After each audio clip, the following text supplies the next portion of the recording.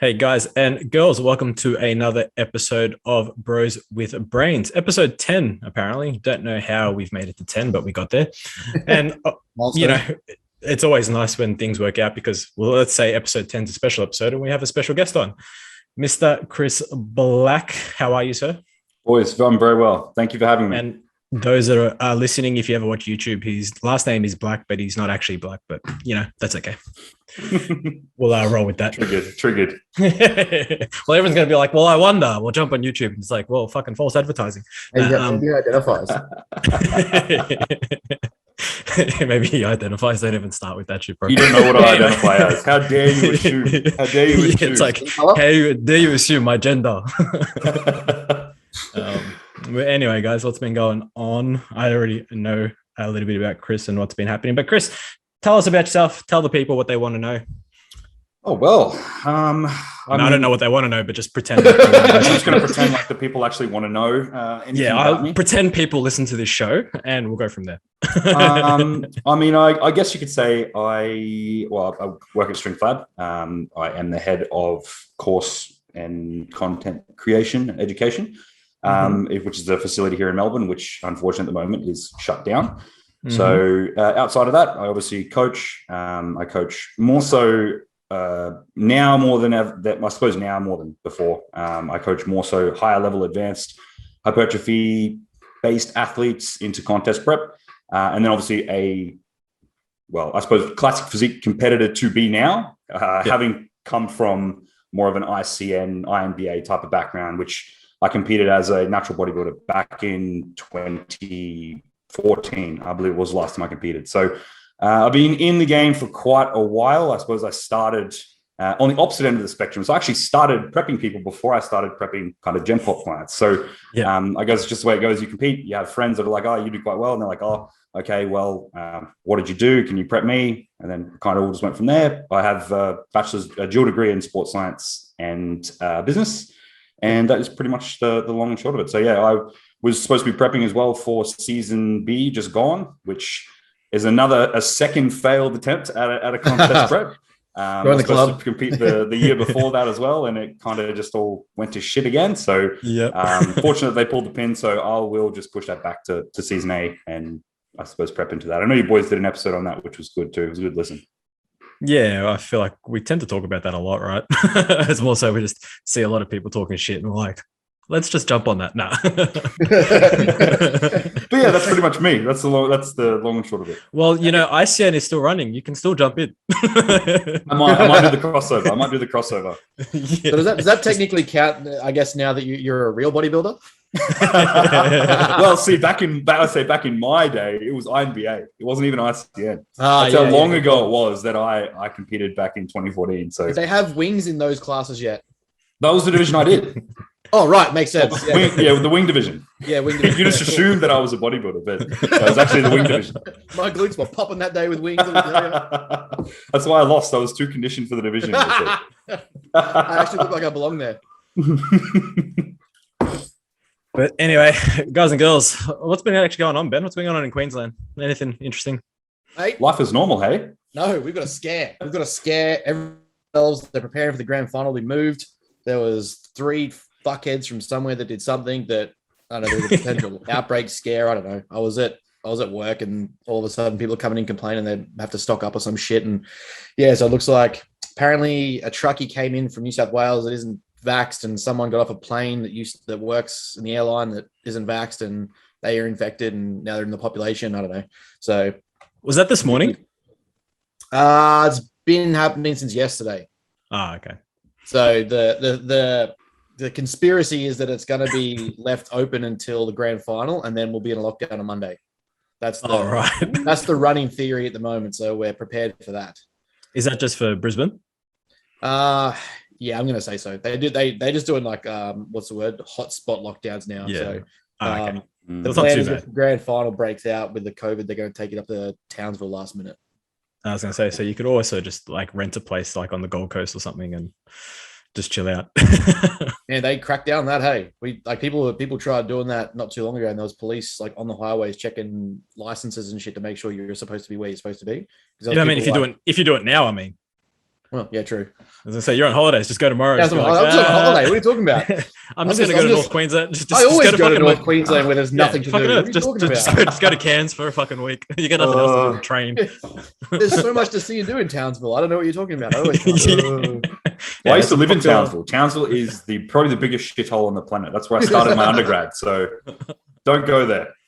I mean, you've gone from one extreme to the other. Well, I'm actually from even further far north. I'm from up near Cairns. I'm up from Mariba, is where I'm originally from. Jesus. So, like far north. Far north down to Melbourne. Far north. Yeah, I'm surprised I don't have like a second head spouting off here. That second head can be dripping. I had to get it removed. Really expensive lattes now you're in Melbourne.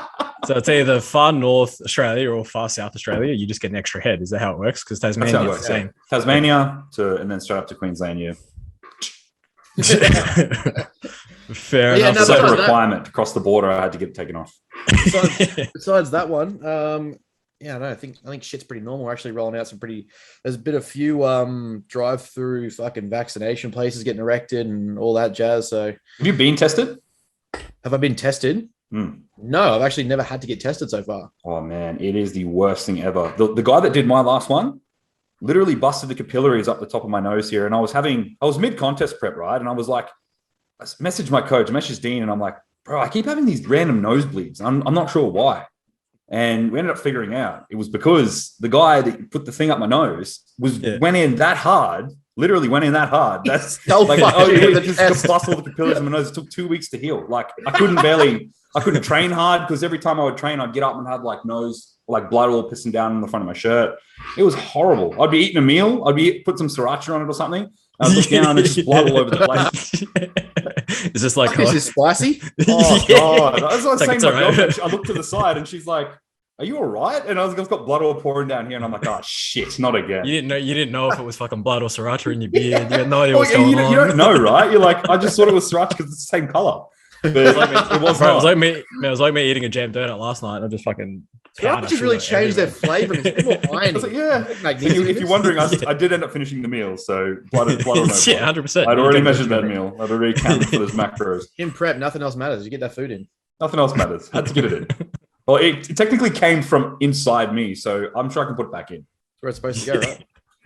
Yeah, right. The blood's meant to be in your body, not out. It's meant to be in. So.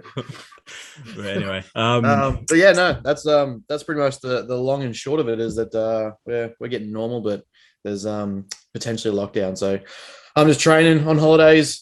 Business starts as of this week, so I'll be opening up clients and whatnot probably from next week once I get everything sort of officiated and signed off and done properly, and yeah, we'll be moving in that direction.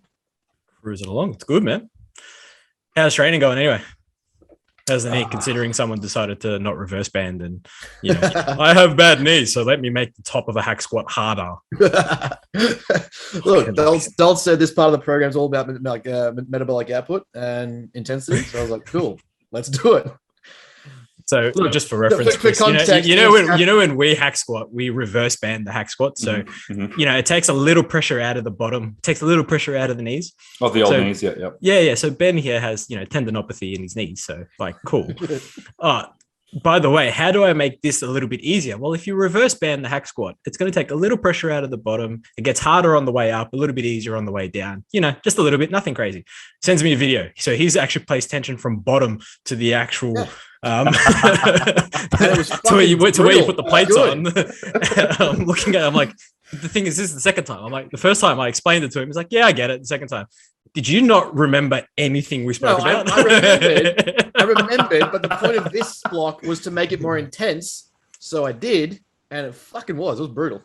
Yeah, of course it is. You want to go bands that way. Like, it's going to fucking kill your quads at the top of a hack squat. Fuck that. Man, I actually did that. I reverse banded the Watson pendulum that we have at work. Yeah. And I struggled with tendinopathy for about 3 or 4 weeks. Like I literally fucked myself after one heavy section. It just, man, that Watson is like at the bottom is one of the heaviest machines I've ever used for like a pendulum. Yeah. That's the same. They've got that at Doherty's as well, don't they? At Brunswick, So it's the exact same thing. I didn't bother because obviously it's a commercial gym. I'm not going to take. Don't reverse band it. It's not a good idea. Well, I reverse banded. Not reverse banded, but reverse banded tension the opposite way. When I had the V squat here at home, I did that only because there's no tension at the top. Like literally, it drops off because of its strength curve, and I'm like, well, it's a resistance profile. I'm like, fuck it, I'll band it, and I'm like, that was a really bad idea. Like, man, how crazy is it? Sometimes like you just do dumb shit, and it's like, I would never tell a client to do that. I'm not gonna lie. I've suggested it to a client. Do as I say, not as I do. Pretty much. It's literally. It's like, literally. I think I said that. We make the mistakes, so they can learn from the mistakes. Yeah, exactly. Yeah, don't do as I do. Just do as I say. Monkey see, monkey do. I think Sanctuary. I'm not sure if I'm supposed to say it or not. I think they're bringing in a pendulum because it's been like one of their most requested fucking pieces. I'm like, bro, God, I hope it's not a Watson. There is a world gym open up like probably 5 kilometers away, and they're trying to stay competitive. And I was like, you need to have some fucking top range leg gear here. I'm pretty sure there's a pendulum coming. I'm just like, yes. I will get them. Just tell them to send me a message. I'll send them a list of what to get, what brands, what everything to get. It'll only cost them thousands and thousands. Yeah, exactly. We're going to a third mortgage. That's right. We're going to go Cybex hack. Like, good luck finding another one of those. But yeah, I'd be sick. But anyway, man. So what are we talking about today? What did you put up your Q&A yesterday? Because yours were very different to mine, and I got some really fucked up things for fuck, marry, kill. So that's going to make things interesting later. Mine was what was mine? Mine was funny trends and or typical. What's the dumbest trend you've heard in fitness, or trends or fads you've heard in fitness or nutrition? So there was some good ones in there. All right, well, that'll be interesting for a bit later for those Q&As, because we're going to talk about online coaching, right? How I think it was funny. I had a conversation with the both of you, so this makes interesting in that what different coaches obviously put out, and even putting out similar or if not the same content, and then thinking, well, why the fuck would I post it or talk about it, considering that coach has posted it? And it's kind of like, well, we don't share the same followers, so why wouldn't you post it to those few followers that you have that don't follow the other coach? Yeah, that's fair. I mean, it's what's the word, in any sort of conversation, right? Or I guess when you're speaking to a general audience, everyone's got their own niche or target. So how I relate to people versus how you relate to people versus how Chris relates to people are all going to be very different. We might have like cross intersections where there's going to be shared ideas or beliefs that like one follower might bounce from you to me with similar mindsets or similar ideas, but to sort of stop posting things or stop putting out your knowledge because you think someone else has said it is kind of like, well, you're limiting your followers on your community to actually engage with what you know. So then all it looks like is just you're just resharing shit, right? Yeah, exactly right. So it's like as long as Aaron as well. It's like they follow you as an individual for a reason. Yeah. So they don't follow the other, say someone that you may follow. Like they don't religiously follow this shit like we will, right? So they've picked you as an individual to follow. So I suppose they obviously resonate with you as a person and the message that you're kind of trying to put across. Yeah, it comes back to like there's, as we said, like episodes back, the population of people who are actually extreme bodybuilder focus and actually compete is something like 0.001% in Australia. Like it's a fucking small number when you work out total bodybuilding population versus the overall population. So generally, I'd say most of Instagram that follows you, unless you've got one of those massive, like fucking Lauren Simpson followings, they're generally picking you to be the person to get their knowledge from. And sure, what we can like reshare, tag, and help other, cross network, other coaches, other businesses, whatever, and reshare things, but they're generally picking you to articulate and comprehend what you're saying. So they've either aligned with what you have to say previously, or they've read your stuff previously, said, this is the kind of person I want to learn from. And then obviously choosing you to stick around and keep getting their information from. So yeah, to limit that to, well, this other person said it, so I'm just going to reshare that and let it be. It's kind of like a bit lazy and I guess doing them a disservice.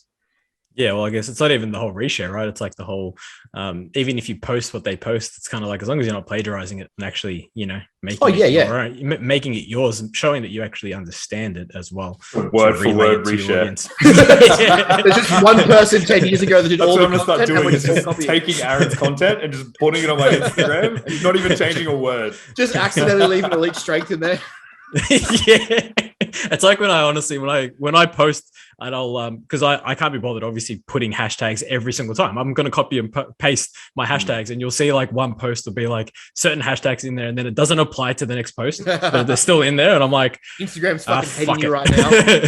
Use the like algorithm. The algorithm's not working in my favor, right? Like fuck this shit. I'm just gonna have to put up a naked photo and get the algorithm back in my favor. What's a bigger conspiracy theory, algorithms or COVID? Yeah, the Instagram algorithm are making it work for business versus yeah, fucking it's true, man. It's like trying to work out that algorithm is such a pain in the ass. Like anyone that knows, like remember when I was trying to make reels, it took me 5 hours to make a fucking reel. I gave up on that shit. I'm just like, fuck this. This is not worth the time and investment. Reel, and I was just like, I'm one of the worst guys for like reposting or posting social media content. Like I just I'm so lazy with it that like I just get so focused on the shit that I'm doing with my clients that I forget, oh fuck, I should actually be trying to build my brand here.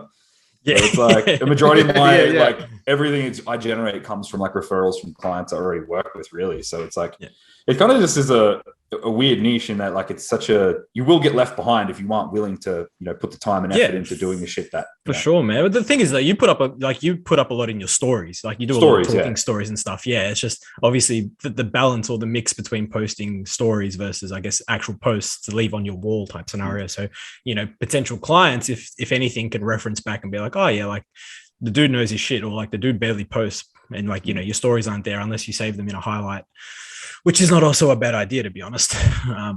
Just having something for people to reference back to, because it's funny, man, at the moment, like a lot of online coaches are now starting to put up some really random shit. Apparently, online coaches and PTs are now immunologists, they're, virologists. They're also, crypto traders. They're also apparently NFT traders now. It's like they're fucking kickboxers and they're boxers again. Like, bruh, like what's going on? I'm all for if you've got side hustles and stuff that you want to work on, like by all means, if you're into trading and stuff, like I trade shares. I love trading shares. I love trying to understand. To me, that's just a general like it further expands my study of psychology, because most trading is just understanding people's like emotions and when they react and underreact and overreact. But I'm not putting in my bio that I'm a crypto trader. I'm not going to be like starting an advisory fucking membership to how to learn how to trade crypto shares. Matt's Athletica crypto trading company. Yep. That's my I should do that. When you start hustle, the underneath version. Yeah, I think I should do that. Going to be I've got an index fund, hustle. so I should do that. I'm going to put that in my bio because I've made some great returns on my index fund that I've just dollar cost average haven't done shit with. I'm going to put invest in my bio. I just put it all into a 3% return index and just let that go. But also learn from me. Yeah. Pay me $5,000 a month to learn from me about how to invest into a hedge fund. Yeah, right. We're going to also I'm probably going to hype up a share that then I'm going to bottom out and sell out on once it goes popular. So get on that. Yeah. That legitimately is crypto in a nutshell right there.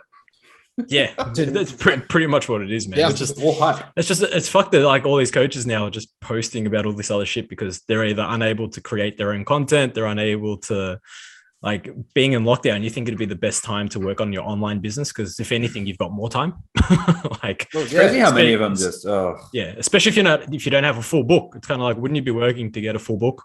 Like, bruh, stop posting about your fucking cryptocurrency, man. No one cares. Yeah, what about how anti-vaxxer you are? Yeah. You're so smart that you know what the COVID virus actually is. Like, bruh, shut up. You're a PT with a Cert 4. Calm fuck down, man. Can't spell progressive global, with barely a Cert 4 in most cases. Yeah. It's just it wasn't even like the 6 month Cert 4. It was a 3-day one. Yeah, it was the one that you literally get out of the back of a cereal box. It's like, oh, here we go. Toy. Instagram did a giveaway. Or better yet, some of them don't even have that. But because it's an online space, it's not regulated. Well, you can do whatever the hell you want, really. So you're not right. Yeah, well, you're not fucking wrong. It's just weird, man. It's just like I don't know. I feel like if we start to see this shit and we're like, oh yeah, like we have time, let's start working. And then you got these other, more so younger coaches as well, right? Like I feel like we're a bit older, a bit more mature. But we look at the younger generation, like they started coaching, got onto online coaching, especially when the first like part of COVID happened, last year and all that. Seem to be doing pretty well, putting out their content and all that sort of stuff. And then all of a sudden you just see this generation just drop and you're like, what's going on? Like, if you run out of content, like, are you not upskilling and learning to create more content? And maybe that's where it is. It's just that upskilling factor, to expand your knowledge to then also create content on. I think it's also, there's that part, like, is it is it their expectance of sudden emergence? Like they're just expecting to explode because I've done a weeks of content and be like, people are going to notice me. I should take off and get this 1 million person following, not realizing that the people who do have those 1 million person followings are either very high end like celebrities or have been at this game for how long, doing the same thing repeatedly, like progressive overload or hypertrophy. We know it's mundane to repeat it over and over again, but when it comes to socials, building that brand, especially if it's not something like, let's say, slutty or just like cheesy to get out and try and get noticed for, like selling your ass next to a box of green tea, then it's probably going to take you some time to actually build up a following and people that engage and interact and get like moving. I'm by no means an expert on it, but it's taken me ages to get people that are genuinely associated with the niche I'm trying to work in and engage with the things you put up. So there's potentially that, like, they start off in that COVID bit where they're like, I'll hammer this out and get it done, and then realize it was actually going to take effort and they haven't quite developed that resilience yet to actually keep going when it's getting hard. Like, that first burst of it's like a new client starting a program, like that first burst of motivation, inspiration, they're pumped to get in there and smash it. And then obviously that dies off as things become a bit more monotonous and mundane, and you've actually got to stick to it for 4 weeks, 6 weeks, 12 weeks, 32 weeks. And then it's like, okay, let's see who's really made of it now and who actually wants to get the result, because it's actually going to take consistency. It's going to take effort. It's going to take time. And then you start to see the drop-offs, the ones who aren't really. Well, it's kind of like we almost did an episode talking about inspiration versus motivation, right? Yeah, a good example of that is like in 2015 is, I'd say, when I first started online coaching, before it was like kind of really a thing. Yeah, when it was. And cool. It was like, I would say it literally took me like a good probably 5 years to, I would say, crack it to a point where I was like, I have a full book now. I have a waiting list. I have people, waiting to come on board, like to be actually able to make like a good living from it. And there's a difference between, like, I suppose a lead that will come on board that's like, I suppose someone that really wants to, I suppose, progress, and someone that like they'll stay on board for maybe 4 weeks and then they'll kind of leave. So like a lot of my clients now are not high turnover clients. Like a lot of like the retention that I've had is like 90%, 95% over like the last year, so they're the type of clients you want. And that's what you want in terms of like turnover. But like these guys, what they would probably get is, like you said, people burn very hot. They come on very quickly. Yeah. And then they've got those sort of leads that fizzle out also very quickly as well. So they've gone from, oh shit, I've got on 15 new clients this week. Then in 4 weeks time, 10 of them drop off. So it's kind of a hard market to crack in that sense, because especially as a new coach coming on board, you learn so much like through the years of just trial and error. Yeah, and literally what it is, right? Just throwing shit up against the wall and just seeing what sticks, and then it doesn't stick for long, so you have to change it again. And you're just like, for fuck's sake! But that's the game. And like you said, it's been 5 years, man. It's like exactly the same. I think I've been doing online for 5 years, and it's only now where I've got like full book, like you, waiting list, like and I'm moving more into the educational stuff, promoting like seminars and online courses and all that sort of stuff, because my client interaction is sort of capped, like full book. So it's like people don't understand that what people want to, take on average 4 to 5 years to build, they want it in 4 or 5 weeks. And it's like, bro, like sit down, chill out. Why am I not as famous as Lauren Simpson yet? I don't understand. Yeah. Well, also, I mean, there are those that buy followers, but then like the other thing of that too is like there are like those companies, for instance, like EHP and things like that. They will hype their people, like they've signed like an A-list celebrity like that. We'll call her A-list. I shouldn't. It's maybe like a D-list, but really with a lot of followers. She doesn't actually do anything. They will then hype her and use their reach to hype her reach to make her even more impactful. So they're getting support to build that reputation, that brand, that name, like 3-4 times as fast as what you are. So to even like align with that is just like, it's just completely retarded. Unless you're already in some like world-class physique and you're willing to post 3 to 6 times a day, get a sponsor that's going to push you straight off the bat and help you boost up your, I guess, interaction from 0 to 100,000 in a matter of months, it's going to take time. And it's like exactly right. Anything we see with any sort of client, especially these days, like it's either have it now or I don't want to do the work to get it. I think as well with that, they don't necessarily realize that they don't need to explode like that to make a good living from coaching. Like if you are genuinely a good coach and your retention is very, very high over a long period of time, 20, 30 people, like that's literally all you would need. But it's because they're not blowing up, then they're thinking, oh, well, fuck, shit hasn't gone my way, or I haven't blown up. I'm no good at this, If they just stuck to it and they just focused on, upskilling their coaching, being a very, very good coach first and foremost, they would find that they would make a good living. They don't even need to explode in order to do that. So I don't know if they're actually chasing a good living out of it and actually genuinely want to help people, or if they just want to explode in terms of social media, and that's kind of they want the fame from that. Yeah, well, it's like a lot of people are still using the whole more followers you get, the better coach you are type scenario. And it's kind of like, well, stop using, the amount of followers you have as your KPI, because you're not. And how many good coaches have you seen legitimately have much lower followings? Yeah, you're not targeting new followers. You're targeting your current following. It's like as soon as you start understanding and accepting that the content you create and the things that you market and who you're going for are those that are already following you, your following will increase anyway. And two, those that, have been sitting on the sidelines like, oh, maybe I will, maybe I won't, get that push. And they're just like, okay, no, he's been like, he or she's been doing this work, been creating the stuff. I resonate with it. I'm going to take the plunge and jump in and get coached. It's just little basics and mindset switches in that. Stop chasing followers and chase your following. There's a difference. Yeah. Focus more on the clients you currently got as well, Like results speak more than anything. Get the fucking results, right? Like genuine, like what's the word? Like result marketing is the best form of marketing you can get. So if you've got people that are getting results and they're resharing and talking about you and like posting about it, and they're there's difference between like people who are told to like reshare and people who are actually like resharing because they're passionate about the results you've given them. That's the best type of marketing you can get on social media. And people are hyped, like amping up about trying to get new followers and like put all their effort into new followings instead of doubling down on the clients they've got and the people they're already working with, making them better or the best they can be. And then like that person will then resonate, reshare, invigorate other people to get the same result that you've got them. And then that's more leads and marketing for you. But instead it's like, I've got to get 10,000 followers because I don't have 10,000. I'm not very good. And I'll focus all my time on that. But 10,000 followers, especially on Instagram, when you look at people who are just generally either creepy, weird, just looking for free information or just want to talk, aren't converting to leads. They maybe, you wouldn't even call them warm leads because they're really not even warmed up to you. It's just like people you would consider an audience, maybe. And then it could just be people who are looking for a good physique, or they're just looking at like just random info they want to get seen on their Instagram, or like, I think we said it on another episode with Dolt maybe, where it was like 80-something% of females get their information from women's magazines or social media for nutrition. So it's not even that they're using it to find a coach. They're just using it to get free info. Whether it's right or wrong is debatable, but that's a whole thing. Focus on the clients you're getting, give them an A-class effort, and then that effort will turn into future marketing. Yeah, and well, that's the funny thing, right? Like a lot of people, I think, are very afraid to give free info out, and it's kind of like, well, if you're confident in yourself and your abilities, you can give as much free info as you like out, because at the end of the day, they're not buying the info; they're buying you as a coach. So, again, comes back to you being able to get a result for a client, and then able to show that you can get a result for a client. So it's like you've got the results, promote the results, especially on social media, if that's going to be your game.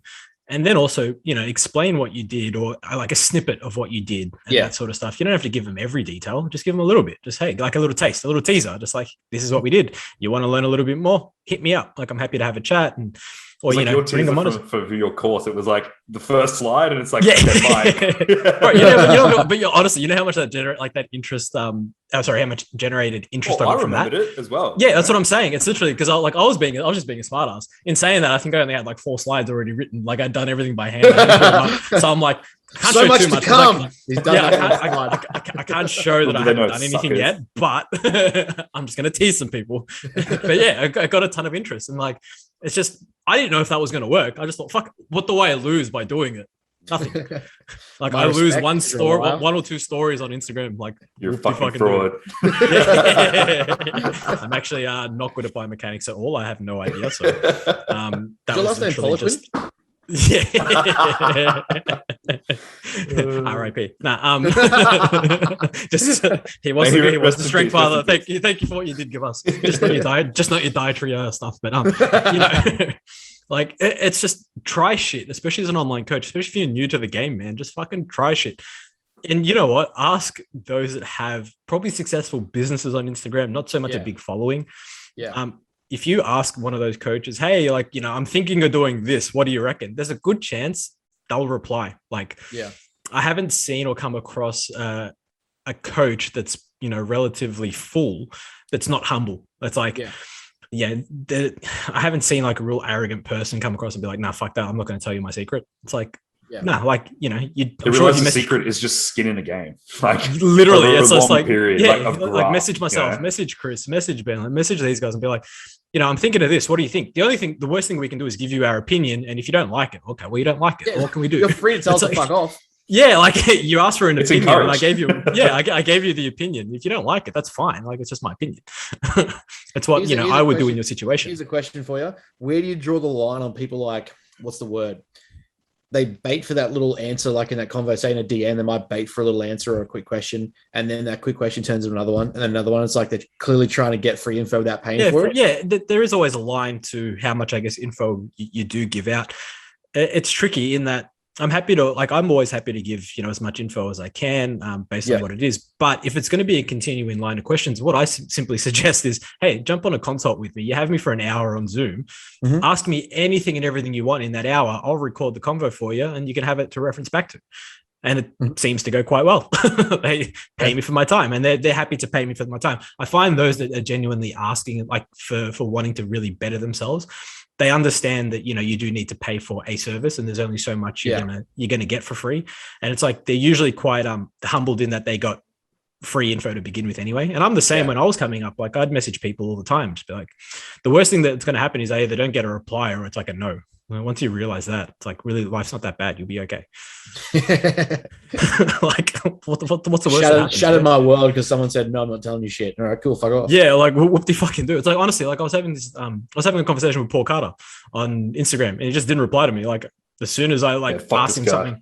I was asking him questions, and he was really trying to dumb it down for me. And I was sort of laughing because we're talking about effective reps, and he's like talking to me about like what's mechanical tension. I'm sitting there like, you clearly have no idea what you're talking about, but like. You're a smart dude and you're an arrogant fuck. And like, that's cool. I'd rather you just not reply.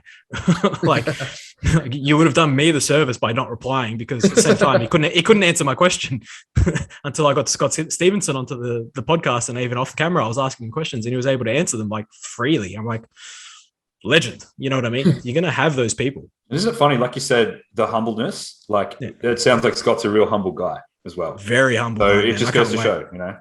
Yeah, I'm trying to get a round table on with him, Joe, Dean, about hypertrophy, all things hypertrophy. And it'll just be fucking talk. Absolutely. I'm just going to sit there and be like, and go.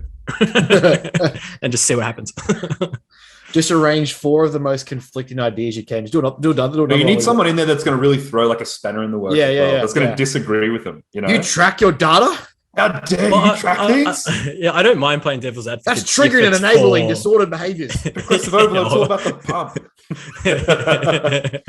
It's like, what is sarcoplasmic fucking hypertrophy? You get like Honey Rambot or someone like that on.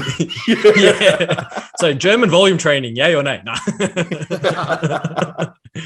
Yeah, I mean, like I said, seeing all these coaches that were doing so well and like promoting stuff, and then we start to see the same regurgitated information. And I think that's another thing where coaches are starting to run out of information to sort of promote because, you know, their skill set isn't growing. And it's like, well, if you're not growing your skill set, what do you expect? You're going to be a one-trick pony, and that may work still if you're really, really good. Like I said, Paul Carter, who's really just really, really good at promoting, you know, hypertrophy and stuff to do with hypertrophy.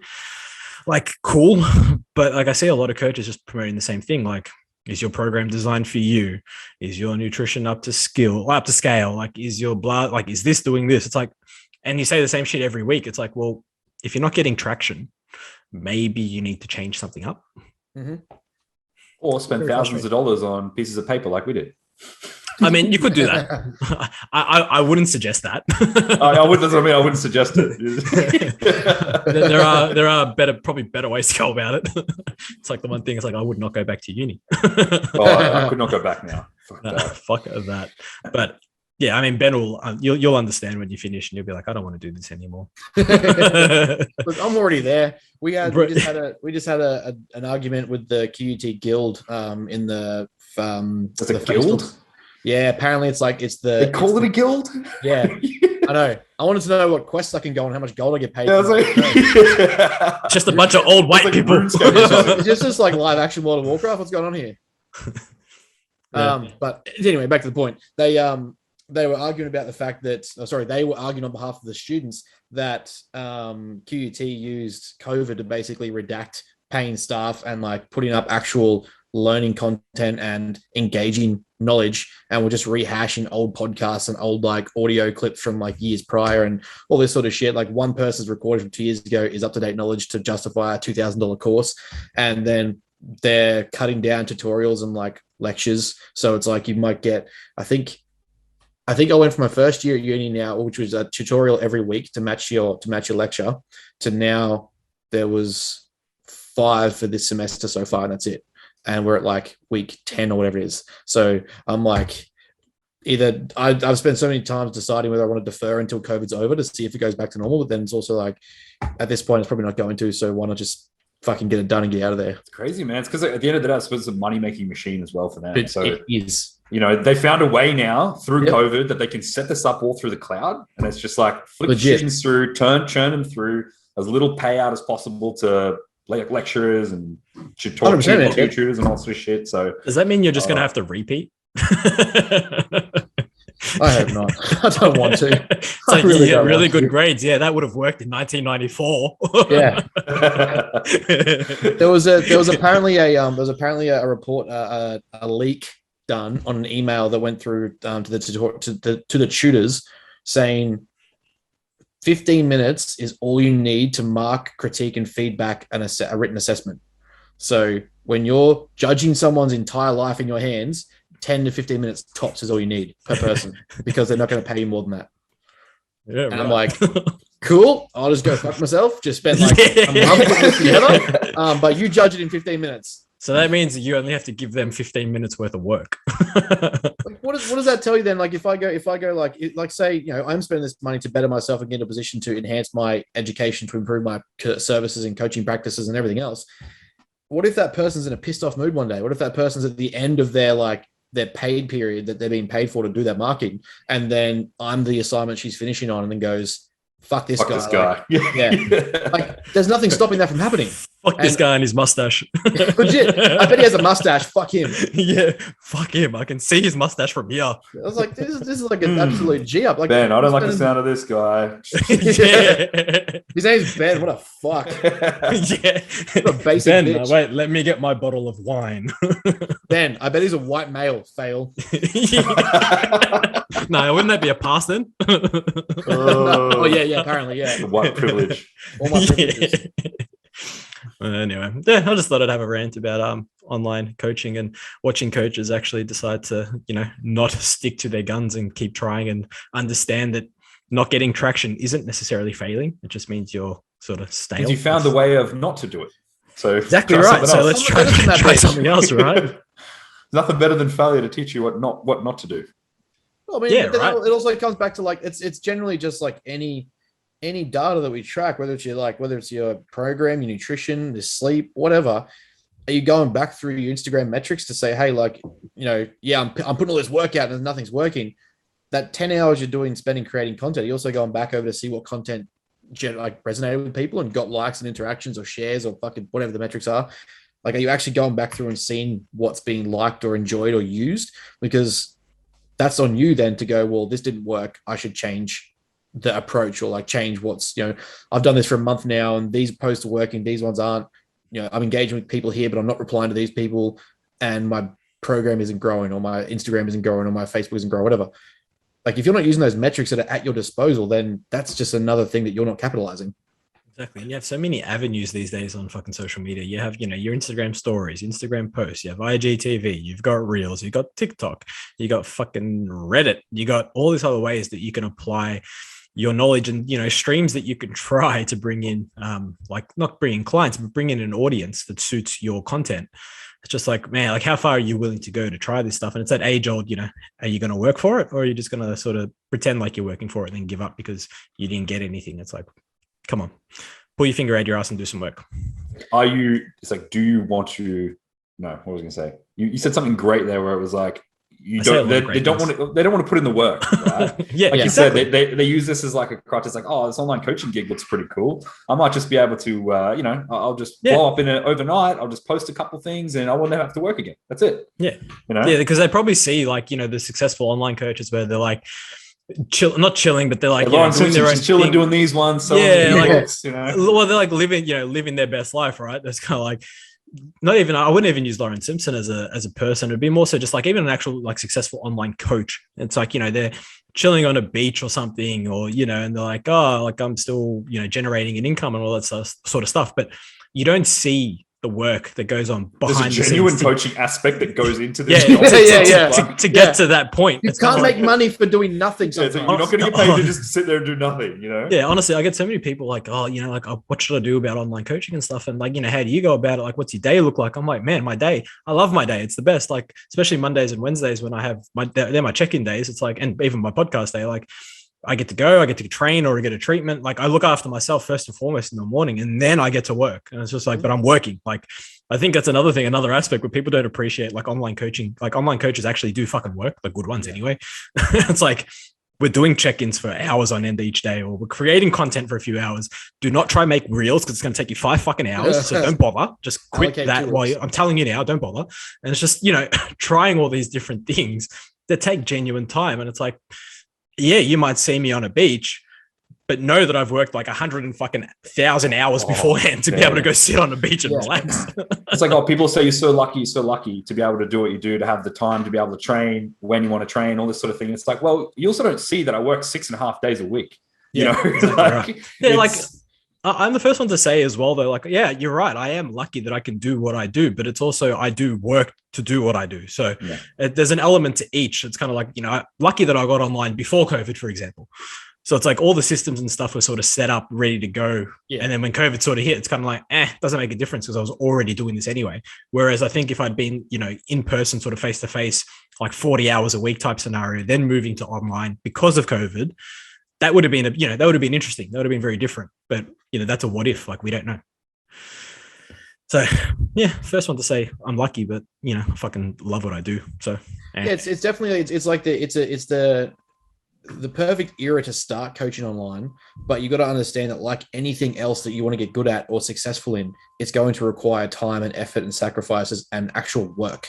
Like everyone who sees like these guys with great physiques over time, and they're just like, yep, this guy, I can do this in a matter of 6 months. And this guy's been training and juicing for like 10 years. And then they're like disheartened because it didn't happen. Same thing with Instagram and like business in general. Like, yeah, online coaching or business looks awesome. I'm going to put entrepreneur in my bio and I'll just be able to sit back on a beach and sit my tires for fucking 6 months and get paid to do it. And then they realize the crux of actually having to put in work and find out who your audience is and who you want to reach out to and what you actually want to do, and like get specialized in that skill and not try and just generalize in everything, because, well, we fucking know that generalizing in everything means you specialize in nothing.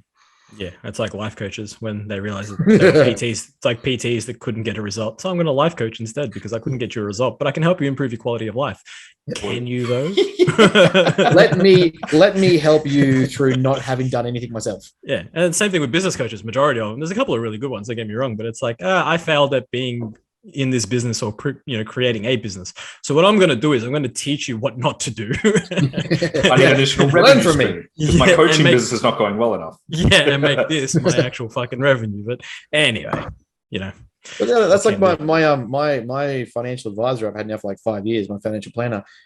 She I was reluctant at first. And I'm like, generally people who are going to talk about money as like their job but not actually deal with money or like trade or accountants and things like that. I'm like, are they really good at money? And then, I went through her portfolio and her progress and stuff, and she made money out of the GFC. Like she came out better. So I was like, okay, that's smart. Yeah. You know something about what you're doing. Yeah. That's someone who's persevered and has resilience and actually like sustained what she was trying to do. I'm like, okay, I can take what you have to say on board. Yeah, exactly right. And I guess that's another thing, screening the right people and getting the right people in your corner, right? Like having those sort of people. But yeah, even with online coaching and that sort of stuff, man, ask the coaches that are doing semi-decent, if not well, and I'm sure they'll reply. They tend to. Fair point. I'm yet to not reply. So on the genuine question, I'm yet to not reply about something. Yeah. And like generally, because I think I know I'm speaking about on behalf of you guys, but we're excited to talk about it. Like if you just come to me and said was like, oh fuck, how about that office day and fucking it's Tuesday and well hump day tomorrow and we've still got to work the rest of the week, I'd probably tell you to fuck off because like I don't want to talk about fucking miserable shit.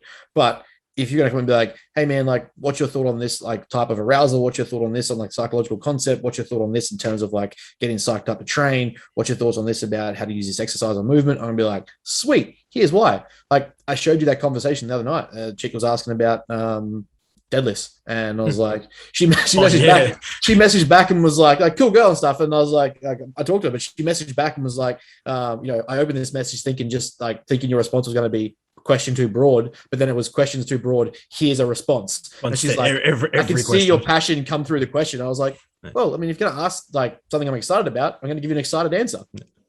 This one hit the nail on the head there, man. Passion. Like that's people can literally feel it coming through. So like a lot of with the new coaches coming through as well. Like if you don't actually have a genuine passion to do this and genuinely want to help people, like there's never been a single DM that I've ever gotten from anyone regarding training, nutrition, whatever. I mean, there's obviously some DMs that you get that I'm like, well, I'm probably not going to reply to that.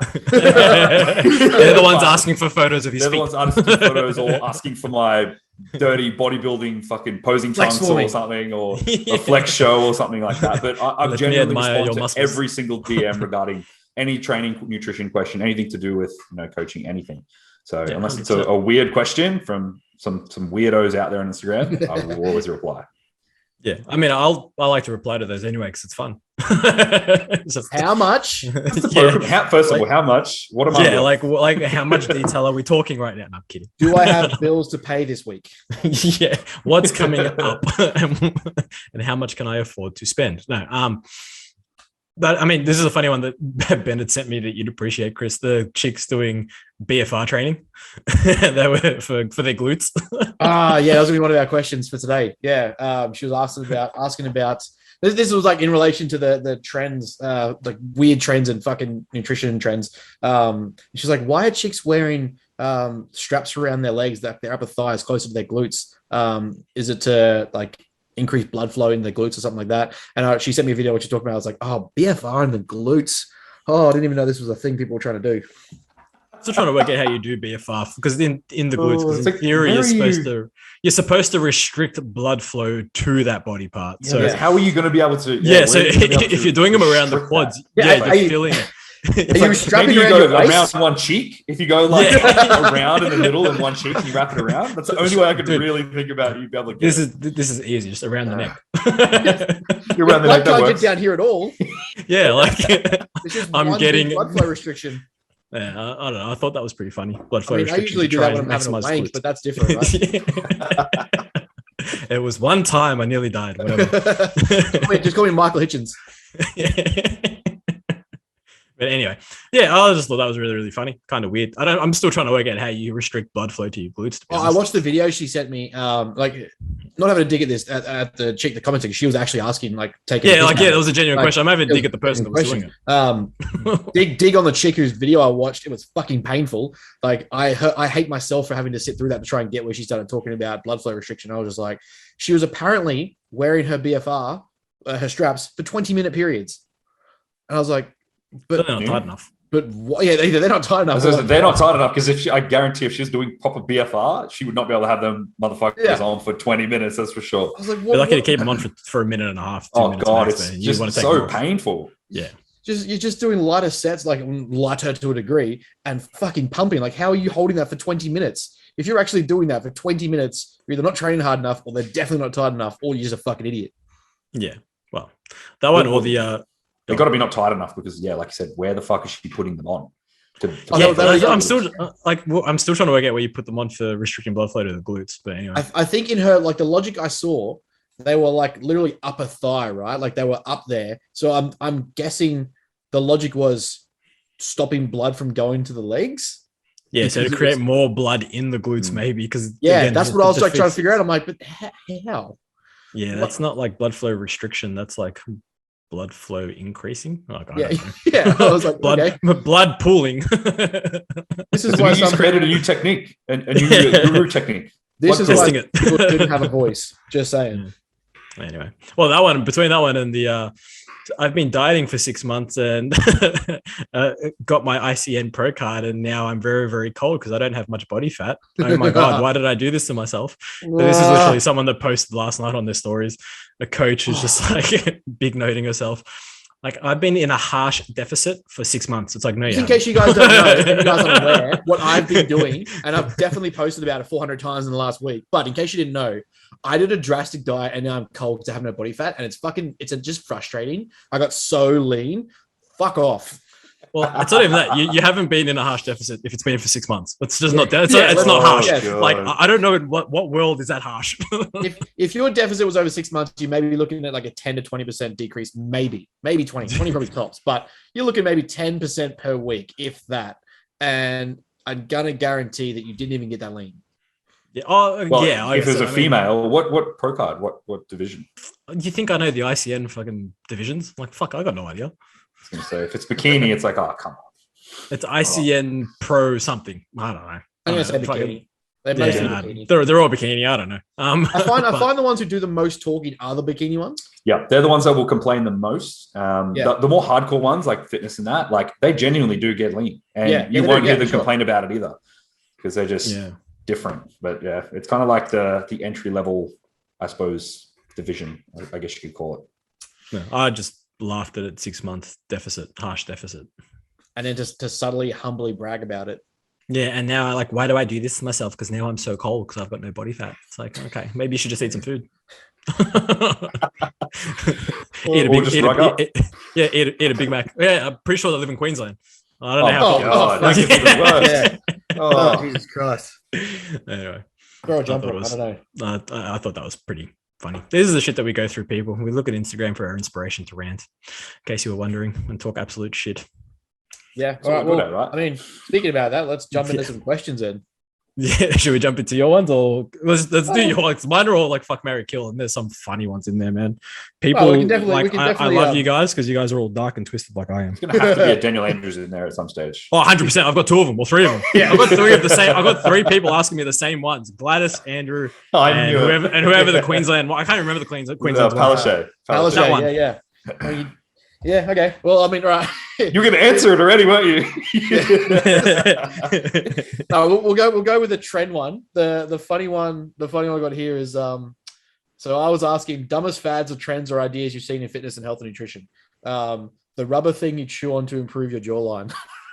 What the fuck is that? Have you not seen it? It's on like every YouTube ad or like Instagram ad, like not every. The rubber thing you chew on to improve your jawline. It's meant to be a mouth shaper that it builds, like you chew on it, and the whole thing is basically like, just imagine you're someone on way too much trend, and instead of being angry, you're just chewing, you're just clenching. And actually, just pretty much picture anyone on pingers, and they're just clenching the entire time. It's basically just a piece of chewing gum. Like, is this for the people wear when they're training? No. It's just in general. Like apparently you're supposed to use it just during the day, like 15 minutes on and chew. Like a stress ball or something. Yeah, but for your mouth. You're right. To try and like that's and it's going to reshape and build your masculine jawline and give you that structured jaw. The American dad jaw. Yeah. Like I'm pretty sure that's just a trend. I don't think it's a rubber jaw thing. I think it's just trend. That's fucking new to me, bro. Yeah, I know. I was like, I sort of had to look it up, and I was like, wait, this thing? Should we Google it? Someone paying for that? That's weird, bro. That's fucking odd. Never heard of that one. Sorry, can't help you. Ooh, hey, wait. Nelly asks about waist trainers. Not she wants one. She put waist trainers. No, and I know why she asked too. So, my thoughts on waist trainers. Apparently, I've never used one. Just saying, I use a belt when I train if I need to use one, but not a waist trainer. But I can understand, I think, from a theoretical perspective, that they may help with breathing and understanding, you know, being able to pull your stomach in, especially for, I guess, male bodybuilders that need better control of their stomach. Yeah. Especially when they're getting on stage and all that sort of stuff. You know, maybe helping with like vacuums and stuff and trying to just keep tight. And understanding, being able to hold that feeling and what it feels like. I think I can maybe understand it from a theoretical perspective. Do they actually bring your waist in? No. I mean, maybe a corset if you're into that sort of thing. Like if you're a dude that likes wearing corsets, I know Chris does. So he's got a lovely. So I keep my waist so small. He's got a lovely black and red number. Just saying. Goes nice with a G-string. Yeah, and a nice glass of wine. Like. That would be my take on it. Like I've seen sort of high level bodybuilders say that they don't use it obviously to bring their waist in. They use it as a proprioceptive type thing where they can, they're more conscious of where their stomach is at in terms of like being able to keep it tight, you know, when they let it loose, if they're trying to hold it for X amount of time and all that sort of stuff. But I think short of that, I couldn't think of anything. Yeah, I was going to say that this is actually something I reckon I've actually probably changed my opinion on a little bit over the years. So when it was first introduced, I saw people doing it, and I was like, man, that's fucking stupid. It makes no sense. Blah, blah, blah, blah, the rest of it. But I've actually seen the results of the guys like, say, Rolly Winkler, for example, that had really, really poor stomach distension on stage. Yeah. And over the years, they've been able to utilize vacuum training, they've been able to utilize waist trainers or corset or whatever the fuck you want to call it. And they've actually, like I said, been able to get that more proprioception surrounding the actual, I suppose, stomach area. And it's actually worked. Whether it's worked from the perspective of, if they've got the waist trainer on, they have to kind of hold the stomach in the whole time. Maybe another thing is too that they can't actually overfill with food as well, which I think is another thing that typically distends the stomach quite a lot. Or maybe even still they find a good balance of the amount of food that they can actually eat while wearing the corset, and they're like, okay, well, I'll just eat to that level of perceived fullness. I think that's where the false correlation's been, is that people have seen them. It's not shrinking the waist itself. People have seen them wearing secondary. the waist comes in. They're like, this corset, it's shrinking the waist and giving them a V taper. Rather than that, it's more pathological that they're actually just conscious of the fact their stomach's blowing out, so they have to keep it tucked in because they're wearing it for so long, or they might sleep in it, and so it's hard to breathe out and like actually let your stomach expand without being uncomfortable. So you have to actively be aware of the fact you're wearing it and control your breathing, control your stomach. So it's making those muscles and that part of the body more responsive and aware versus it actually reshaping your waist. Yeah, and also don't wear them, people, if you're lifting heavy and you're trying to use it as a belt. It's not a belt. Preference is not a belt. It will not reinforce that intra-abdominal pressure very well. Use a fucking belt. I got a better one for you than that. Olympic belts walking into the gym, already worn. Training arms? Oh, yeah, 100%. We're ready to go. We're training belts, bro. Let's do this. Double buckled Olympic belts already on to train arms or just like general accessory work. It has to be Harbinger, otherwise it doesn't count. Also, that guy with the Harbinger belt on, he's also got a pair of gloves on too, I can guarantee. Yeah, 100%. Yeah, fucking oath. He's wearing a singlet and he has like short shorts and T-stringer singlet, fucking short shorts. Or stringer and tracksuit pants. He's got the right. He's got the rider wear shoes on. The fucking boxing shoes on. All the Ottomans. Hat on. We're ready to fucking go, bro. Let's do this. All the gear. This is like G'ing me up to go train. That one is good, actually. Man, I'm ready to go back for a second session now after hearing all this. That's why I've been making gains. I haven't been using the right equipment. Well, yeah, fair. You got to get a waist trainer, bro. Dumbest trend. Someone just wrote James Smith. Look, not wrong. That's an easy one. You're a fucking moron. Just go back to episode 2 for that one, for our opinion on that. Yeah, fucking idiot. When you're younger and you're taught, like, if you've got nothing nice to say, just don't say it. You're a fuckwit. That's it. Yeah. Yep. I mean, there's not much to add to that. He's just a fucking idiot.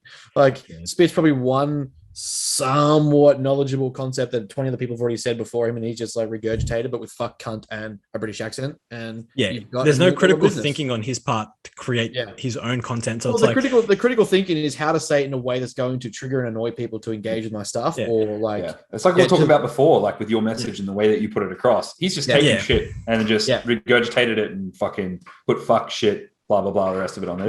It's like, it's good, he's swearing, he must be trustworthy. It's like, it's it's worked for him. It's like, I'll always give credit where credit's due. It's done well in terms of for sure, building an audience and all that sort of stuff. And I guess the information he's regurgitating really isn't like overly harmful. Maybe an asterisk in there depending on some of the topics, but the episode I watched him talk about testosterone was one of the most painful things I've ever seen in my entire life. I had people send it to me and I'm just like, if you're going to send me anything from Jamie Smith, go ahead up the wall.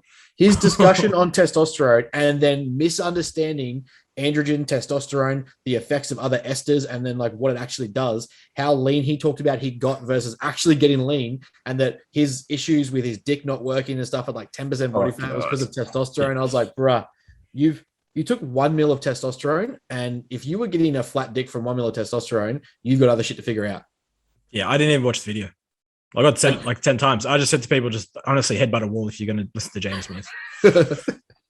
I don't care. Like I'm not even sorry. Like, like if you send me the message and be like, what do you think? Is he worth listening to? I wouldn't have listened to the video. I just simply would have said, look, he's not worth listening to. But it's look what he said about. Yeah, it's like, I don't even know that he posted anything. I don't follow him. Yeah, I don't either. Yeah. Oh, okay. This one's just this one's more of a program. I guess just a general programming question, and I sort of know the answer will be, but someone's asked it. Question of knowledge for you guys: does a person's job affect their programming? E.g., would a tradie have a similar program to an office worker if they had the same stats? You can take this one, Chris.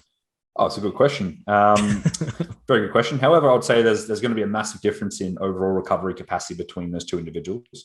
Especially, you got to consider, again, are you trying to specialize in terms of body parts that you're trying to bring up? So it's probably going to be a little bit more difficult for a tradie to bring up his legs than it would be an office worker.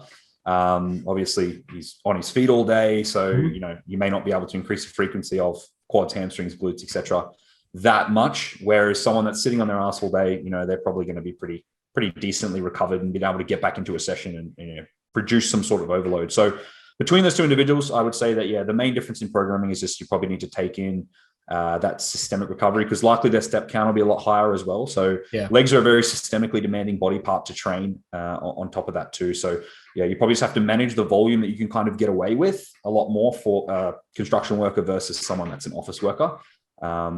But I would say that answers it in a pretty short and easy digestible way to kind of get it across. I'd say their general output across the day is going to be a lot higher as well. So like in terms of like calories required to feed them to optimize recovery or grow is going to be a lot higher than someone who's sitting on their ass. Not to disrespect anyone with an office job, but generally that intensity of day is going to affect how much food you're going to consume or need to optimize recovery and training performance. Yeah, when we look at it as well, it's also goal dependent. If they both have the same goal or similar goals, like if they're both, let's say, wanting to be on stage, be bodybuilders, it's like, well, then the programming considerations obviously do need to change. And it's more so from an energy expenditure type scenario, probably versus an exercise selection. I mean, exercise selection will come into it probably second. I'd say looking at what their energy output is first and foremost. So it's like you said, tradies probably walking around all day versus office workers staying at home, staying in the office, not getting up as much, allows then probably for more recovery or better recovery versus a tradie. So then you can look at the exercise selection and setting volume or effort marks based on exercises. Not to say that they can't both do the same exercises. You probably just use a different set and a rep scheme, depending on obviously what needs to be brought up or kept at maintenance and all that sort of stuff. Yeah, fair. That was just a bit more of a programming question for us to finish off with. Very serious question. Very serious question to throw in there. Yeah, it's good. Yeah, well, because now we're going to get stupid. We're going to get into some shit ones.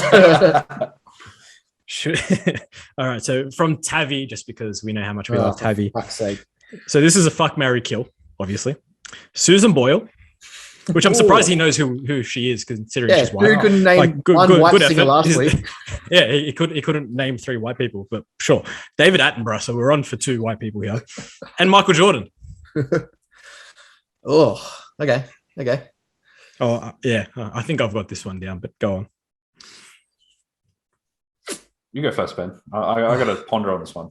Yeah, I'll go first because I got it. I'm going to marry Michael because that's easy. Mm-hmm. I'm probably going to shoot David Attenborough because I'm not gay. And Susan Boyle, lights off. We're good. You got to keep it simple, people. You're a filthy man.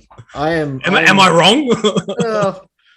I mean, I'm going to marry the richest one. I'm going to shoot the one that has the least impact on my life.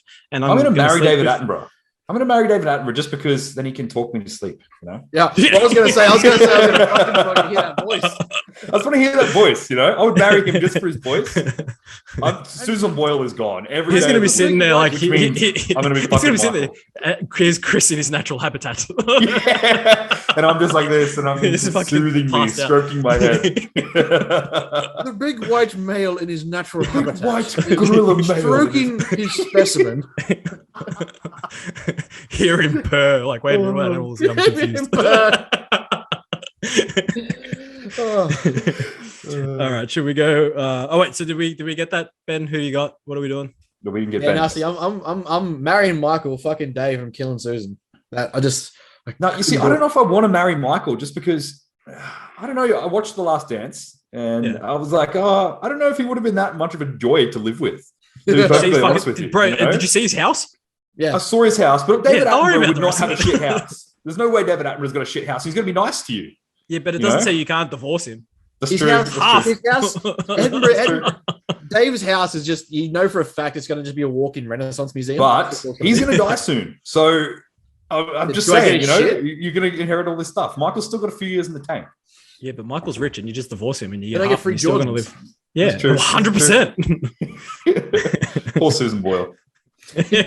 Voice of an angel. Voice of an angel. God bless, look, God bless. I'm not disputing her ability to turn a tune, but all right. So this one came up literally 3 times. Gladys, Dan Andrews, and Scott Morrison. Actually. Oh, ScoMo. Okay. I'm going to marry ScoMo. I think he's a bit of a sweetheart, to be honest. Yeah, I think I'm with you. I think I'm going to marry ScoMo, but I'm going to sleep with Gladys. And Dan Andrews is gone. That's not even. I think everyone's across the board. It's not even a question. Andrews. If you said anything else about Andrews, we're all getting definitely shot by the end of the week. So if he wasn't any other option, you're dead. Yeah, if you guys wanted to live freely in Melbourne for the rest of the week and you didn't say kill Andrews, then yeah, you'd be asking for it. Yeah. Oh, I got a really good one here. So we're gonna go. The person that's posted is gone Cougar Edition. Mariah Carey, Madonna, and Kris Jenner. Yeah, I'm pretty sure Kris Jenner's still the female one, right? Not the one that turned into a dude. Now, no one dead shame or mislabel or fucking I don't know. Wait, which one's Kris Jenner? Isn't Kris Jenner the wife? The wife. Oh, I definitely got that wrong, man. I was going. Yeah. That's what I'm saying. It's not the one that turned into a dude. It's the other one. Right. Okay. Yeah. I'll fuck that up. Was he not an Olympic? Was he or she not an Olympic athlete at something as well? Oh, I don't know.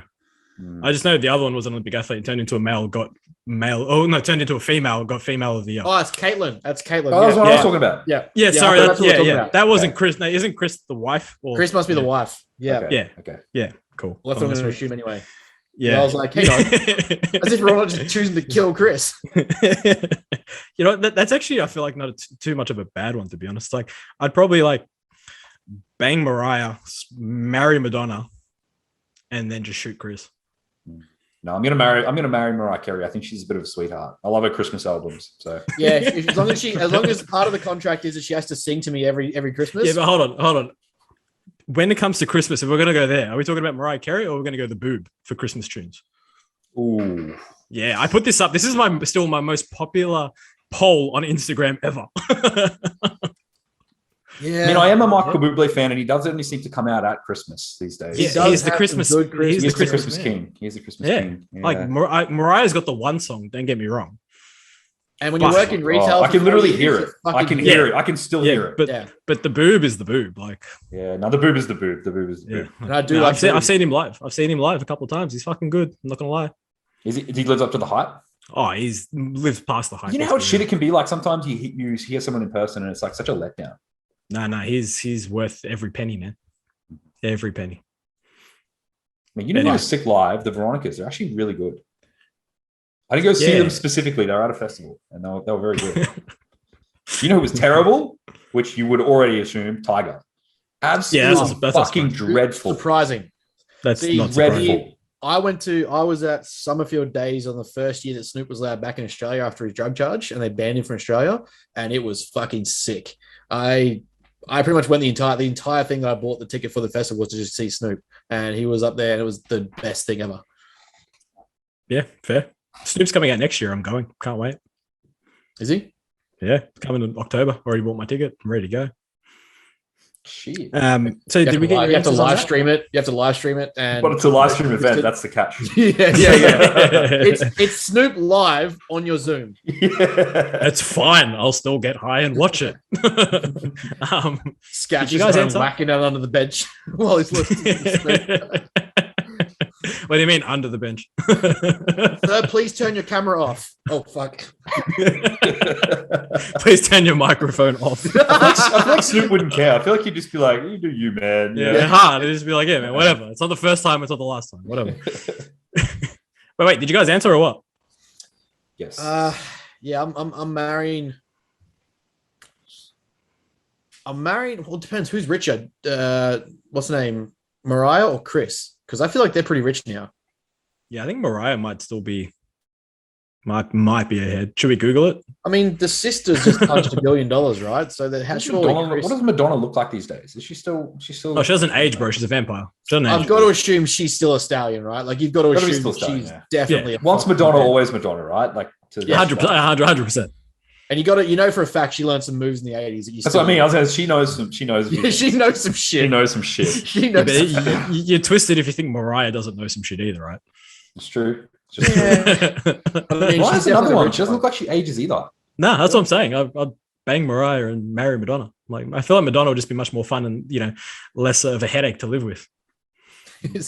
Madonna's definitely still pumping some coke to get the energy up for. That's yeah. Yeah, that's fair. Yeah, bang Mariah, marry Madonna, kill Chris. Shoot Chris. Yeah, done. All right, here we go. We got a good one here. Big Ramy. Oh, here we go. Bumstead. Nick Walker. I'm marrying C-Bum every day of the week. Every time. Love my life. He's a sweetheart. He's a sweetheart. He's an absolute sweetheart. Yeah, but see, this is where you're thinking, right? So you're thinking like marry Bumstead because he's a sweetheart, but then you have to bang either Ramy or Nick. Now, see, I think I'd rather bang Bumstead because he's much more pretty. And I'd probably marry Nick and shoot Big Ramy because I'm scared of him. I've heard, you know what though? I've heard Big Ramy is a very nice guy. I actually reckon he would be better to live with than Nick. I reckon he would be better to live with than Nick. No, see, I think Nick, because Nick just brings like I just think Nick would be fun. Like he's just a cool dude, and he trains hard. So at least you got a good training partner. That's true. But I mean, Ramy's trains hard as well. Yeah, but I mean, he doesn't need to get bigger. He just needs to get more conditioned. I don't want to diet for any longer than I need to. So I'd rather just get jacked. You got to think about these things. I still think I'm marrying C-Bum just because I want to live with him for the rest of my life. Yeah.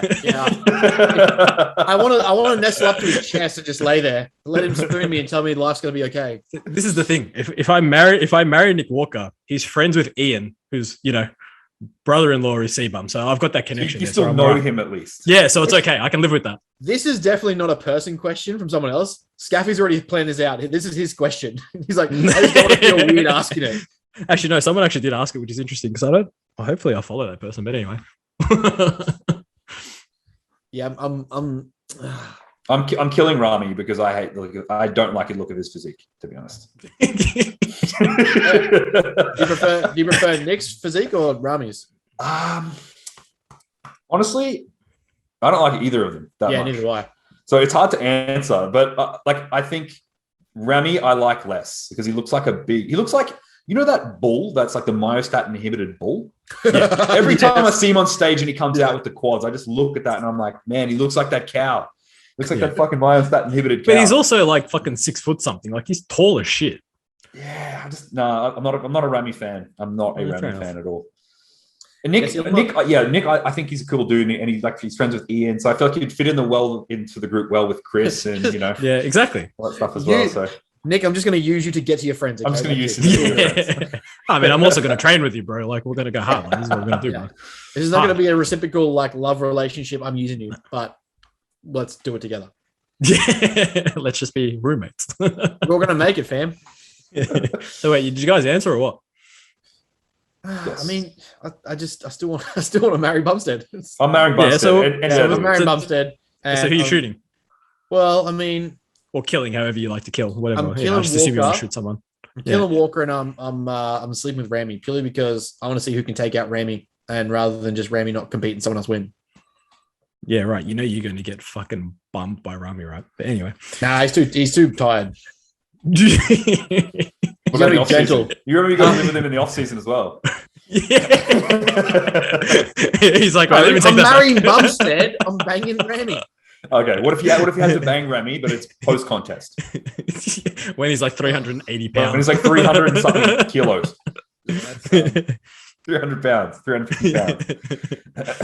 Oh, that's a different story. That's a different story. Nick's probably just as big as well, to be honest. Like in the off season, he's a big dude too. He gets up to like 290 last off season or something. I think I read. He was 290 last comp, wasn't he?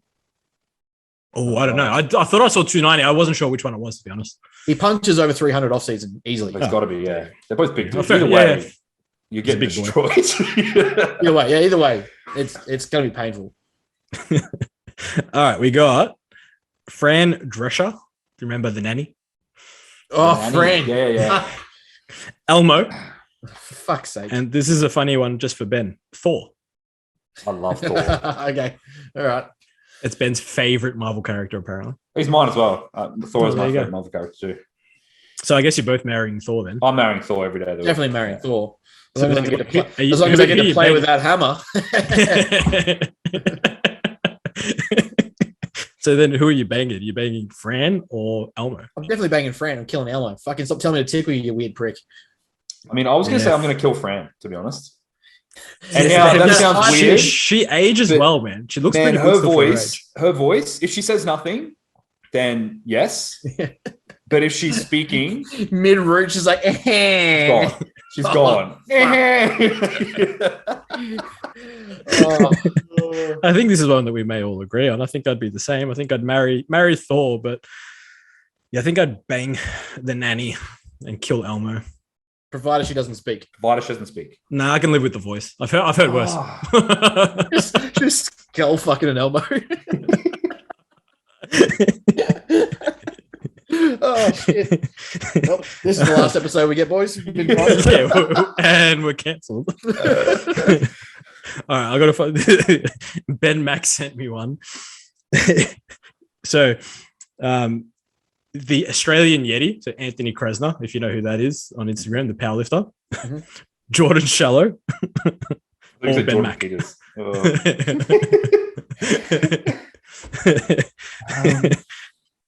I think I'd marry Ben Mack because I know he's now. When you say the definition of a sweetheart, that's Ben Mack. He is. Cheeky plug. Scaffy's over here he's- trying to get a free wristy later on. What do you mean free? If I ask him, he'll give me one. That's So Is that much of why he's a sweetheart. He'll it's offer. like he's a sweetheart, bro. Like, trust me, I know. I know. I'd probably shoot Jordan again because he gets really angry and I'm scared. Just like he's a scary dude. And then I guess I'd have to fuck Anth. I'll tell him. I'll message him. I'm like, I sorry, guess bro. I'll have to. I guess like I don't think he'd be mad at that. I think he actually said he'd give me a hand job yesterday in reply to some message. Gun to so my whatever. head or not, if someone wanted to say it. Yeah, like just whatever. I think that's what I'm going with.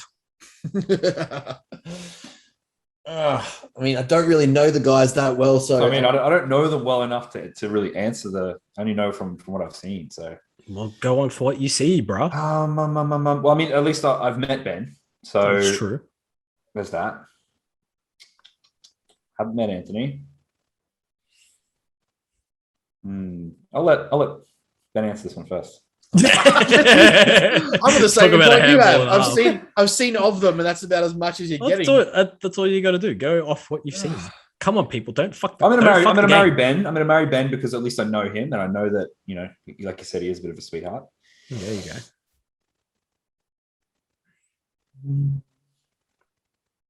The Man, this is not a contemplation very of these complicated- scenarios is Yeah. This way is too not a high. complicated fucking I was question. gonna say, bro. Anthony's a very strong guy, and I feel like he has a lot still to win. So I feel like I want to know him.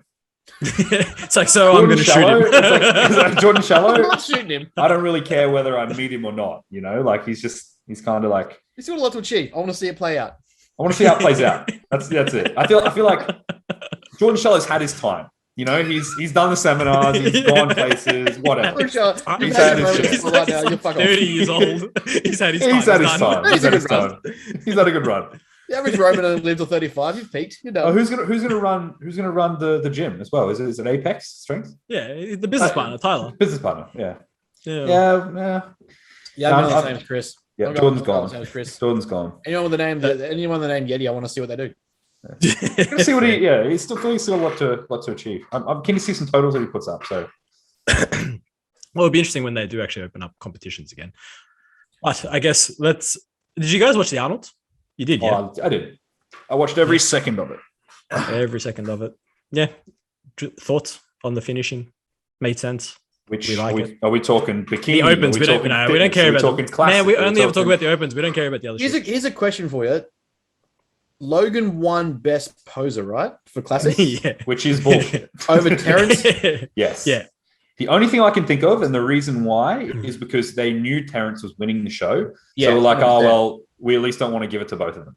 But in saying that, Nick won most muscular and won the Open as well. So it's like, I think it's bullshit, but I mean, maybe they gave him a consolation because he's still not going to get an invite to the Olympia because he hasn't won anything.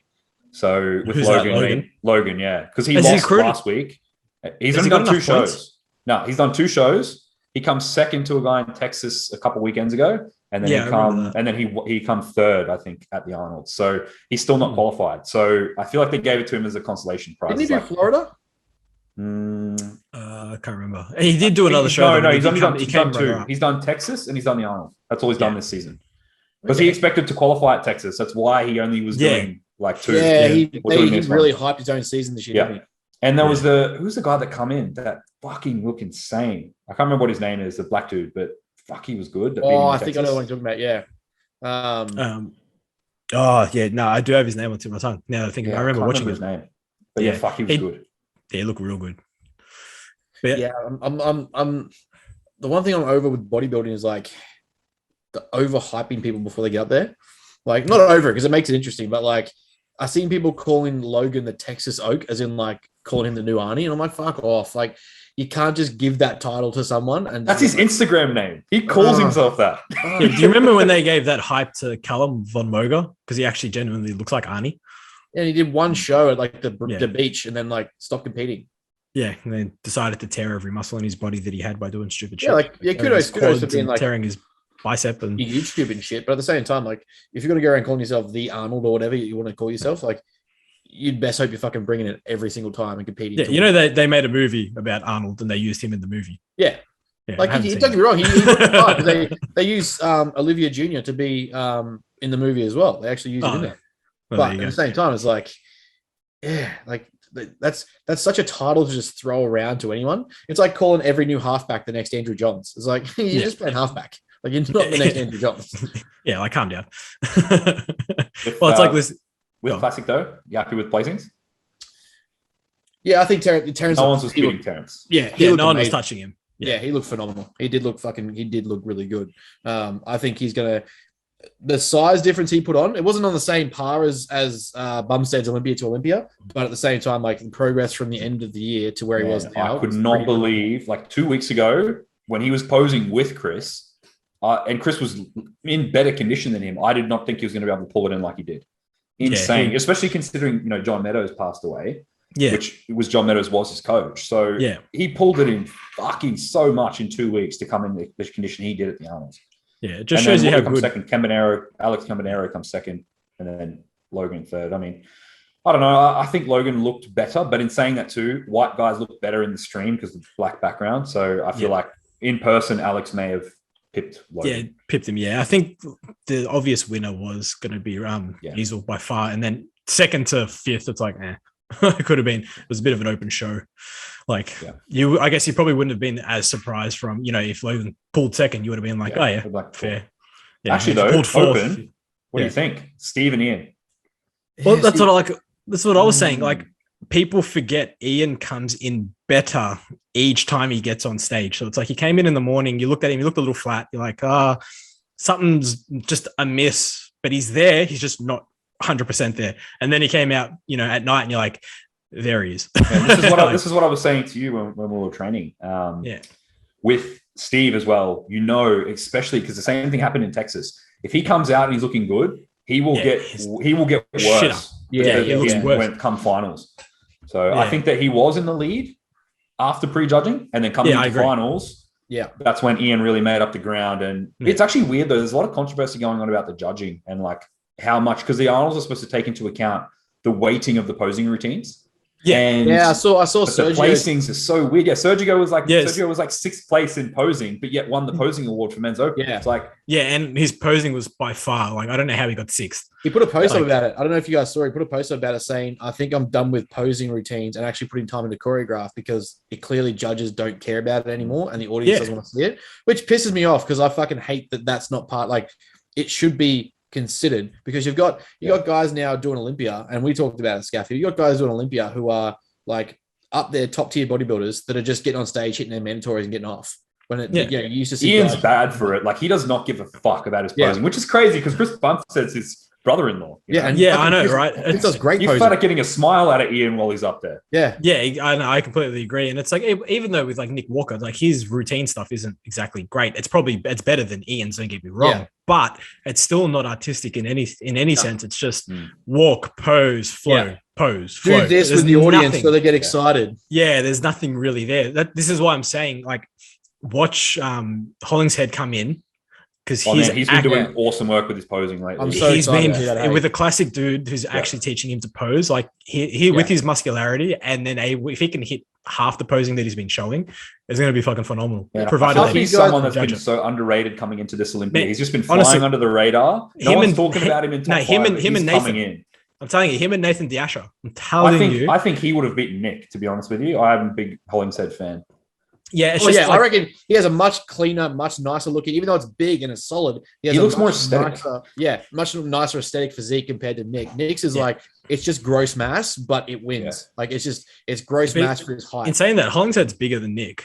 Like he's got more mass than Nick. Yeah, but it's like mass with class. It looks like he has mass with class. He holds it well. It's just his waist. It's just if he can control his waist, it'll be.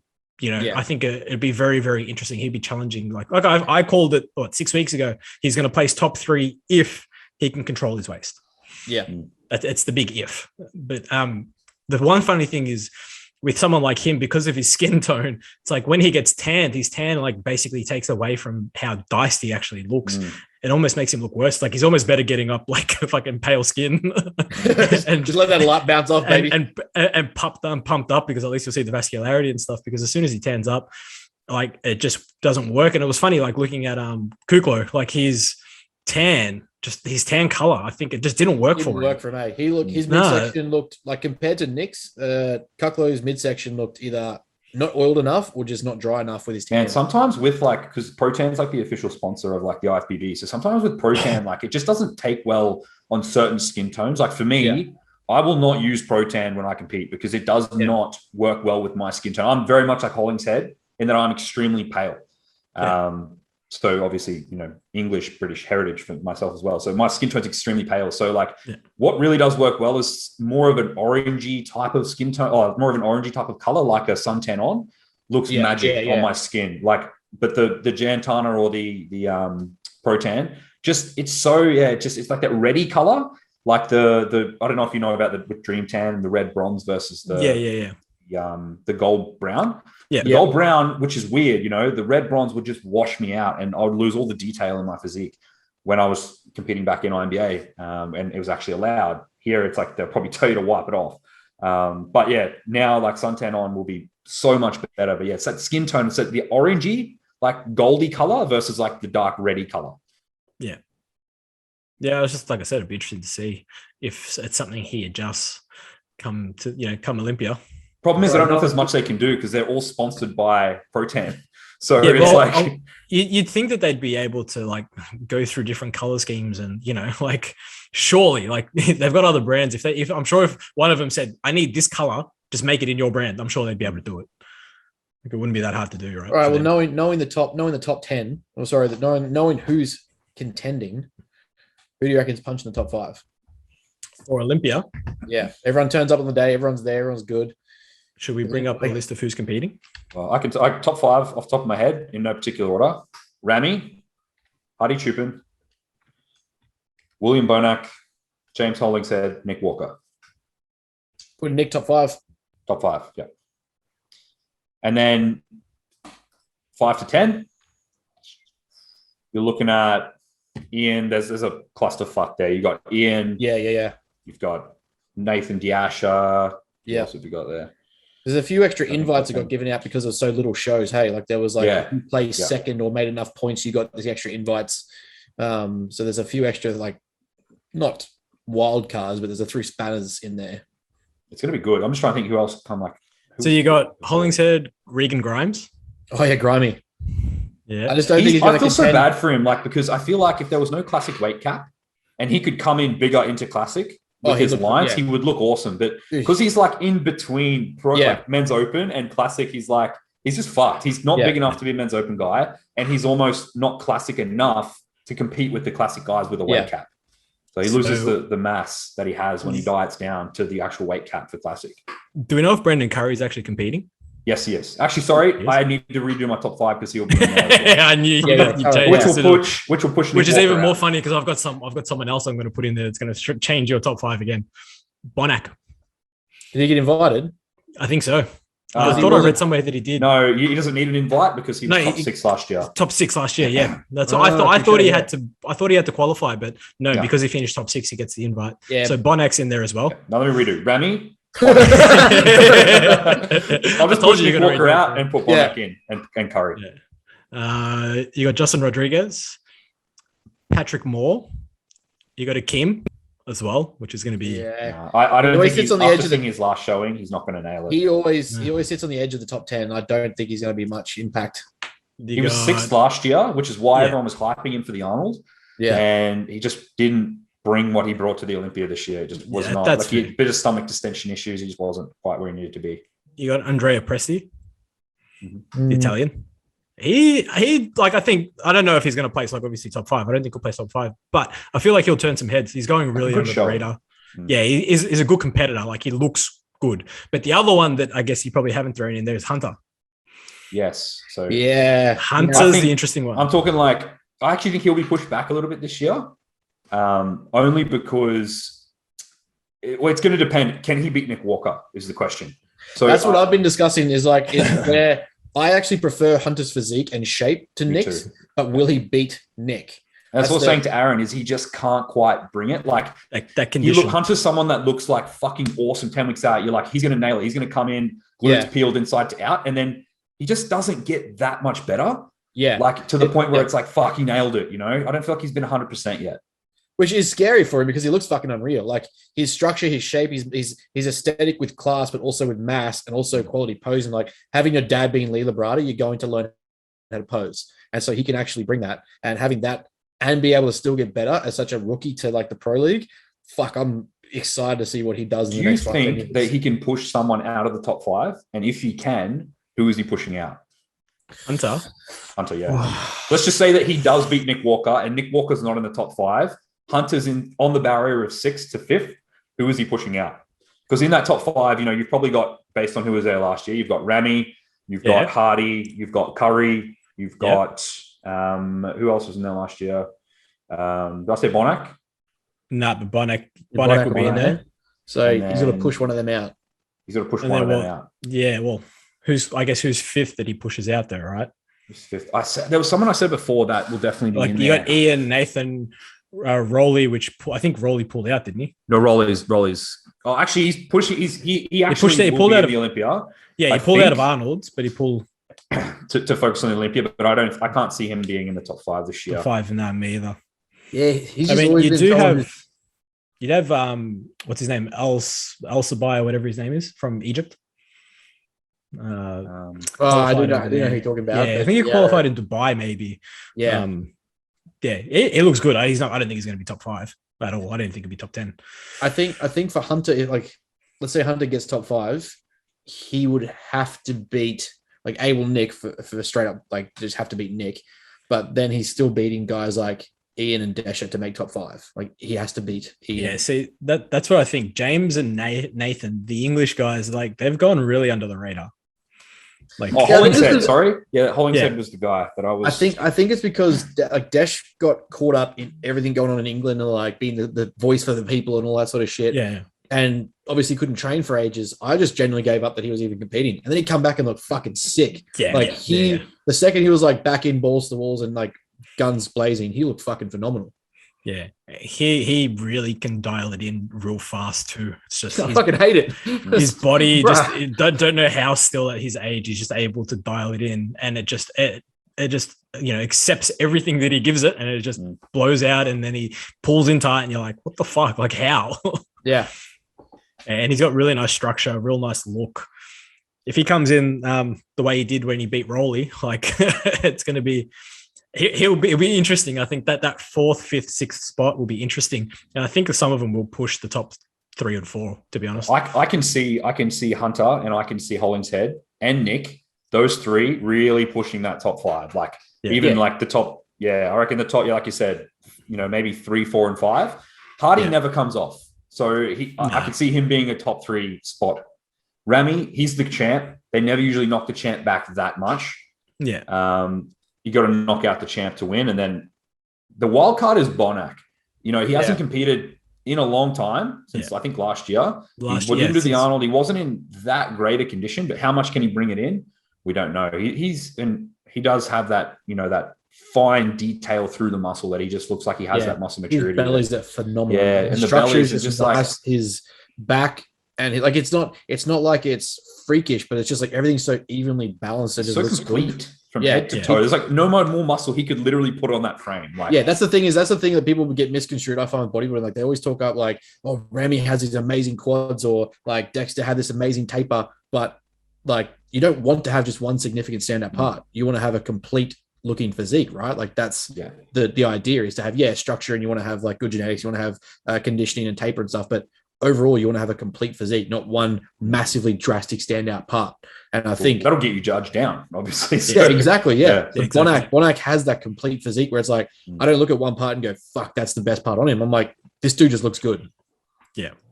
It will be interesting to see what actually happens, because how long we got? 10 days? 14 days. Yeah, it is. No, it's not this weekend. Next weekend. Yeah. So it'll probably be our time. I think it's usually on, I know finals are like on in the morning, usually around like 10 to 12 ish on Sunday. So pre-judging, I'm assuming it'll be like late Saturday night. And then it's October 19th. Then classic, CBOM 3P. For sure. Oh yeah, straight up facts. Yeah, no one's disputing that. he's about to start. He's about to start a run for sure. Like that's punching 5 or 6 wins easy. Yeah, no one will touch him for a while. I'd just be interested to see how much more mass he puts on over the next couple of years compared to making the weight class. Well, man, he grew a little bit extra, so like now he has a little bit extra room in that weight cap.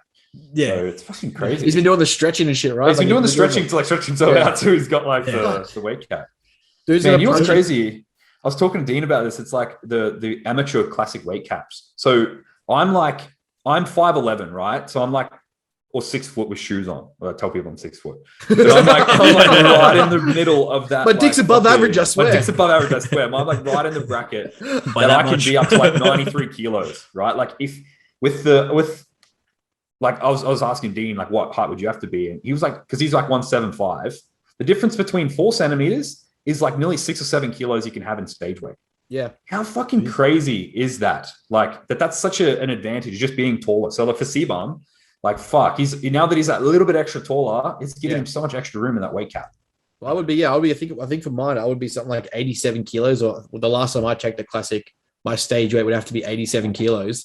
I'm 105 now recomping. So I'm like, why the fuck would I do that? Like, I really love being able to vacuum and stuff. Like I can vacuum now at 100 kilos, which is cool. But like to pull back that much weight to get under to do classics, like fuck that. I'd rather just keep growing for opens.